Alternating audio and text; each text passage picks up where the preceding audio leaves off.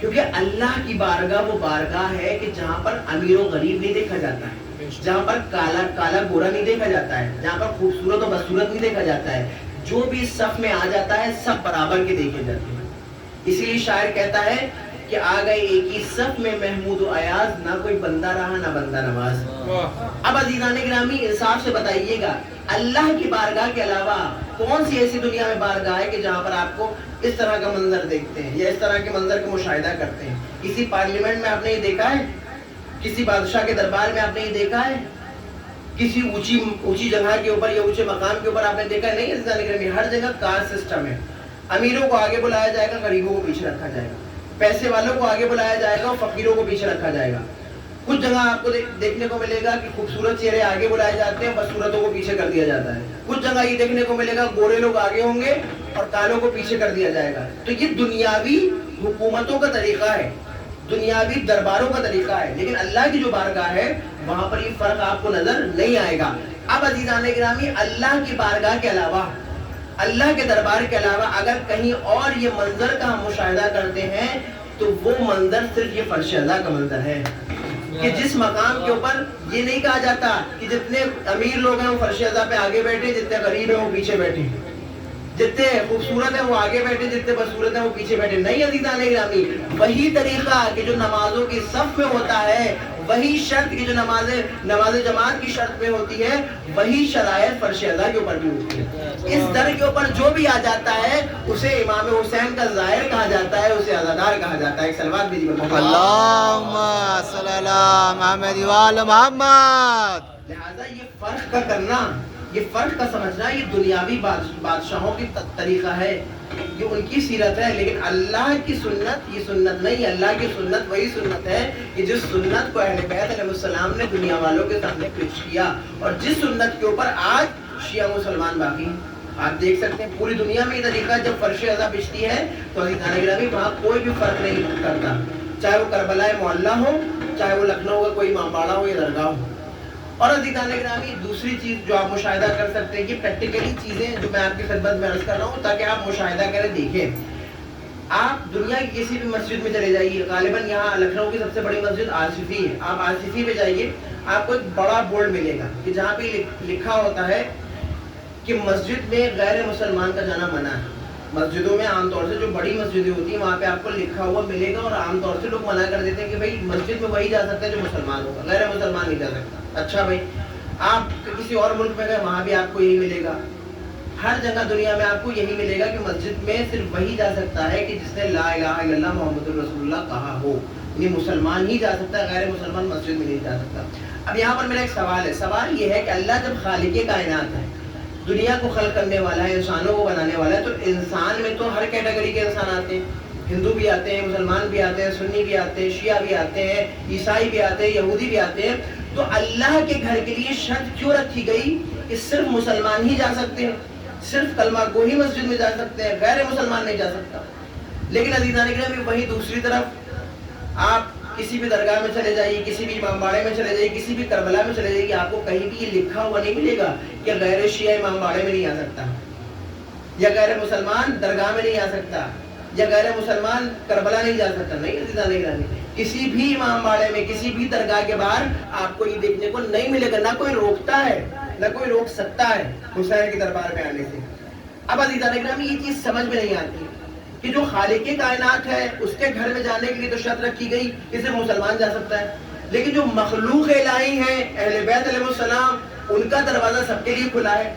عجب نہیں کہ خداوند متعال جواب دے کہ اے نادان، میں دنیا والوں کو بس یہ سمجھانا چاہتا ہوں کہ اگر کوئی غیر مسلمان، اگر کوئی غیر شیعہ اہل بیت کے در پہ جاتا ہے یا ان کے دروازے پہ جاتا ہے تو جب ان کے معجزات کو دیکھتا ہے تو تعجب سے ہی کہتا ہے کہ جب مخلوق الہی ایسے ہے تو ان کا خالق کیسا ہوگا، ان کو خلق کرنے والا کیسا ہوگا، ان کو بنانے والا کیسا ہوگا.